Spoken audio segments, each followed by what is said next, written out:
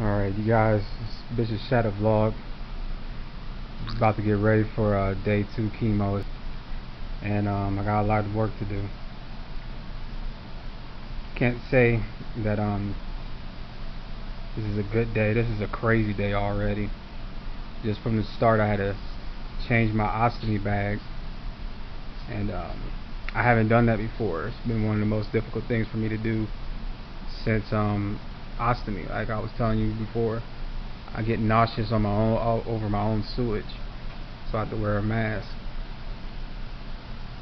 I guess by the grace of God, along with some assistance of these nausea pads that last for 72 hours, I didn't throw up today.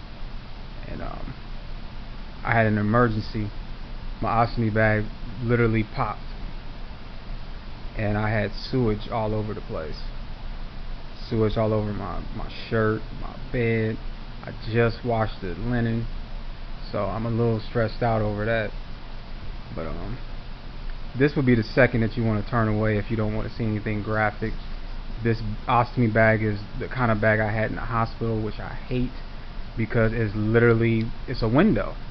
It's a window to my soul, and in this case my soul is this makeshift anus. So right now, if you don't want to see it, please skip. I'll say about the next 10 seconds. You can probably barely see it, yeah, because it's bad lighting. But this is the new bag, and now guess who came back? Diarrhea. So I gotta take pills for that. So all this medication you see right here, I just got this yesterday. It said I've been going and emptying my bag 5 to 6 times, which is supposed to be the norm, but not for me, because my diet. I'm supposed to have solid stool, and I can't get it solid anymore. So I don't know what's going on, but right now, yeah, I might have to take the hydro, but the rest of these pills you see right here is what I gotta take, and but I can't take this anymore because of chemo. It told me that this could actually cause the side effects to be worse. So all I can say is, man, this is gonna be a rough day. I'm actually at, what is this? For nausea, I only got 3 left. I'll get that refilled, and then that's for my liver.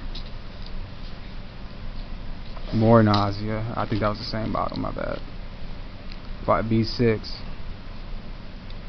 This is yeah, my iron pill, and I gotta get a refill on that. I think I'm gonna try to see if I can get something stronger than that, because my back pain is kind of weird. It comes and goes. Has a lot to do with my activities.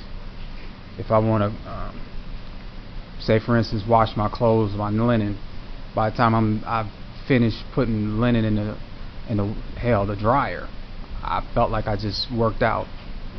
So I don't know. I won't keep you updated. I'm actually gonna bring my camera with me to the hospital to show you what it looks like, you know, for me to go through chemo.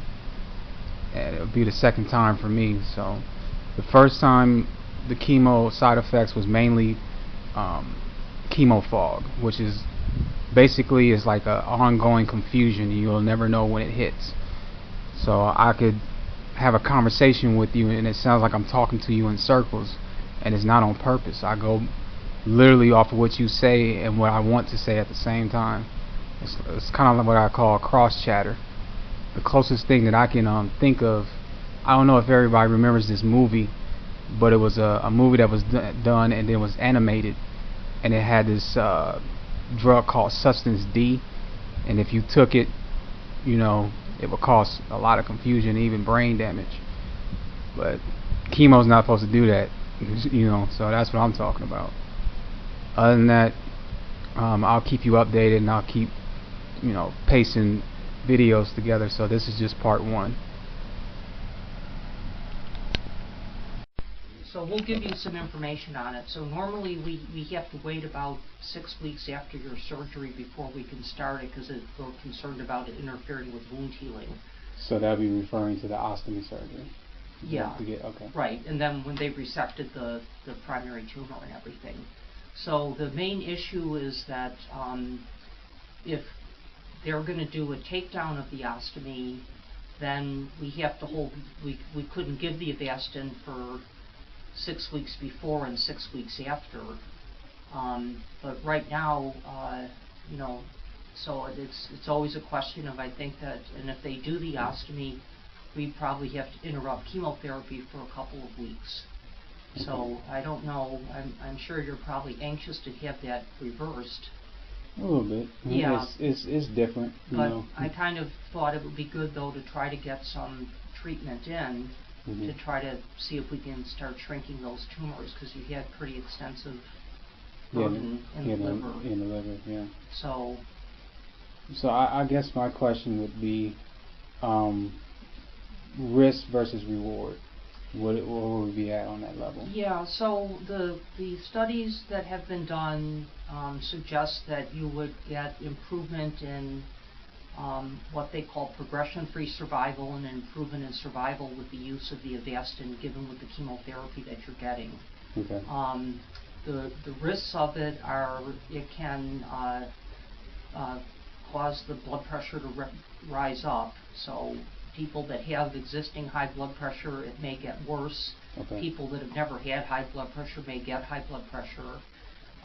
It can cause some protein leakage into the urine, and if it's just a small amount, it's not that big a deal, but some people can get pretty major losses of protein, such that, you know, it's, if you've ever seen the pictures of those malnourished kids with the big swollen stomachs and everything, wow. Yeah. that's because their albumin drops, and some people that can happen in a few patients who get, you know, not a lot, but a small percentage of patients who get the Avastin can have this you know, major protein loss in the urine, and then that can lead you to develop all this extra fluid and everything. Yeah, so it'll be more complications. And that yeah, probably and there's necessary. a risk of bleeding with it. In the, you know, most people, when they've looked at the age groups of people that are typically getting Avastin are people in their 60s, and so the risk of just getting a heart attack or a stroke, you know, in that age range, if that's the median age, is of maybe 2%, and that goes up to 3% with the addition of the Avastin. So, you know, and then there can be some bowel perforation is a big concern. Okay. And some people can get you know, neurologic problems, something they call posterior reversible encephalopathy, although that's been pretty limited. So the biggest risk is perforation and things like that, and bleeding. So sometimes that can be nosebleeds, but other people can have bleeding from other locations and everything. So it's something that if you want, I can give you information on it, and you can maybe think about it. That would be excellent. Yeah, I most definitely would do that. Yeah. My main concern is, like you were stating, some people are, you know, usually when people get cancer, maybe, especially if you're a male, it'll be prostate, and that's usually at an older age. Yeah. Would age be a factor in determining this type of surgery or medication? No, well, I think that your risk of having a stroke or heart attack are pretty low, just given your age and you've previously been healthy, you know. So, but, you know, the other things, it's one of those things that, you know, now that the primary tumor is out, you know, some people will develop perforation if they have a primary tumor in, but there can also be perforation in other locations that has nothing to do with the cancer. So it's kind of one of those things, but if it happens, it's, you know, it's a surgical emergency if you develop a bowel perforation. And then that can put a hamper on things if, you know, there's a perforation, and sometimes that you can develop an abscess and then we can't treat you and everything. So, so it's, you know, we also think that we can use the Avastin in later on. It doesn't necessarily have to be used initially. So another option would be to, you know, do maybe 4 of these treatments, get a scan, and see if we're making any progress. And if you're having a good response, then maybe we don't have to use the Avastin right now. We can figure out when's a good time to do the takedown. Okay. So my next question is not exactly on this one. it was brought to my attention over the weekend that one nurse was stating that they noticed I think it's the dexamethasone, after chemo. Yeah. In my error, I was continuously taking it for 5 days. Oh, yeah, no. And we didn't have any reactions, but they recommended me to go back on it and stay. Then they were telling me that you actually said, no, he really needs to stop. So I'm trying to make sure we're both on the same page. Right, yeah, so you're only going to take that for 3 doses. Okay. So that would be like tonight and then twice tomorrow and then stop until the next cycle of chemotherapy. We use that to prevent delayed nausea that can happen with the chemotherapy. Right. And so the main problem, if you take the dexamethasone all the time, it can make your body dependent on it, so, because it can suppress the adrenal gland. Long-term use of steroids can cause thinning of the bone. Sometimes it'll cause the blood sugars to go up. Some people can make the blood pressure rise, and then some people can get personality change if they're on it. They call it like steroid psychosis. So you will have to explain it because I'm worried now. Yeah. Well, what will be an idea of that? Because I've had chemo fog. Right. Well, people can get irritable. They can get really wired, or they can actually act funny. Like be delusional.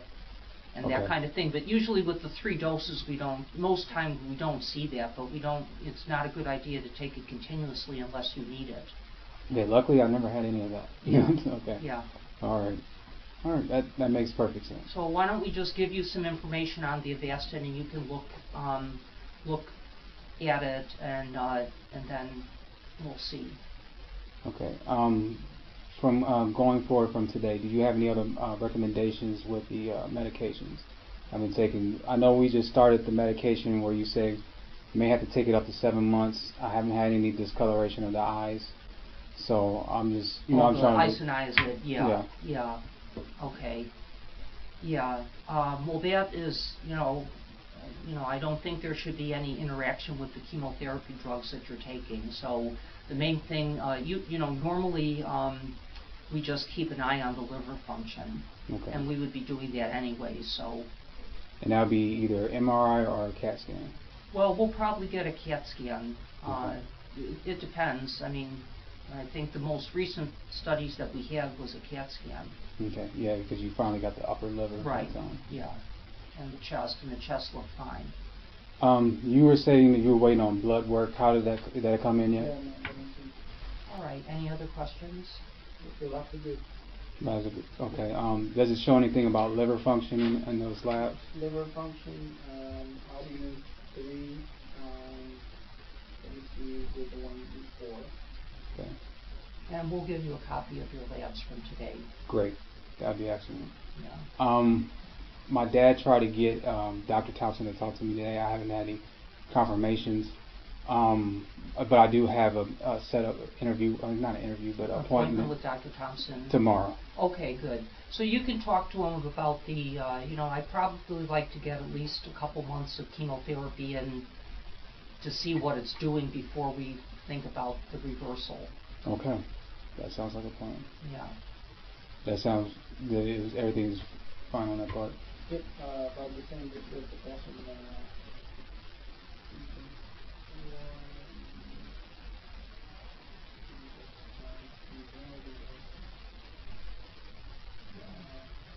So we'll just everything. Yeah. But your albumin, that actually has come up quite a bit. That sort of reflects your nutritional status. So when you were in the hospital and you weren't eating, and that your albumin got pretty low, it was like in the 1s, and the normal is 3.4 and above, and so yours is up to 3 now. It was 2.4 2 weeks ago. So you must be doing a good job with eating then. Yeah, the V8 has been helping. Okay. So no more anemia. I know I'm running low on iron pills. Oh, yeah. So you need a refill on those? Yes. And are you getting them here? Yeah, all my refills are being done at the pharmacy. Okay, very good. So yeah, I think that's the better question to ask, to let you know which medications I'm actually running out of. Okay, yeah, let us know. Okay. So I guess right now, the Hydromethaxone I'm running out of. Iron pill for sure, and I think that's it. The hydrocodone and, okay. Yeah, I believe that's it. All right. I'll just have you wait here. We'll get those. One will be sent directly, but the narcotic you have to get a print copy. Exactly, yeah. Okay. All right, thank you again, guys. Okay. Nice to meet you. Nice to meet you too. As you can see, that's a lot to digest, you know, for dealing with this chemo. From what I know personally, I need to get a second opinion, especially what they were saying. So, unfortunately, I'm in Omaha, Nebraska. We don't have a, you know, that cancer center. You've probably seen commercials on it tons and tons of times.